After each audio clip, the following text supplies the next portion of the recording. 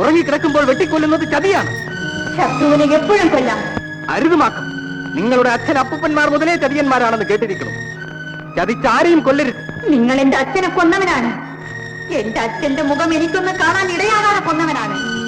അച്ഛന്റെ മുഖം കാണാത്തതിൽ മാക്കത്തിന് ദുഃഖമുണ്ടല്ലേ? നിന്റെ അച്ഛൻ ചന്തുവിന്റെ മടിയിൽ മയങ്ങിക്കിടന്ന എന്റെ അച്ഛൻ ആരോമൽ ചേകവരുടെ എള്ളോളം മുറിവിൽ കുത്തുവിളക്ക് കുത്തിയിറക്കി ചതിച്ചു കൊന്നതിൽ എനിക്ക് ദുഃഖമില്ലേ മാക്കം? പറയും, എനിക്ക് ദുഃഖമില്ലേ? കൊല്ലണമെങ്കിൽ കൊന്നോളി.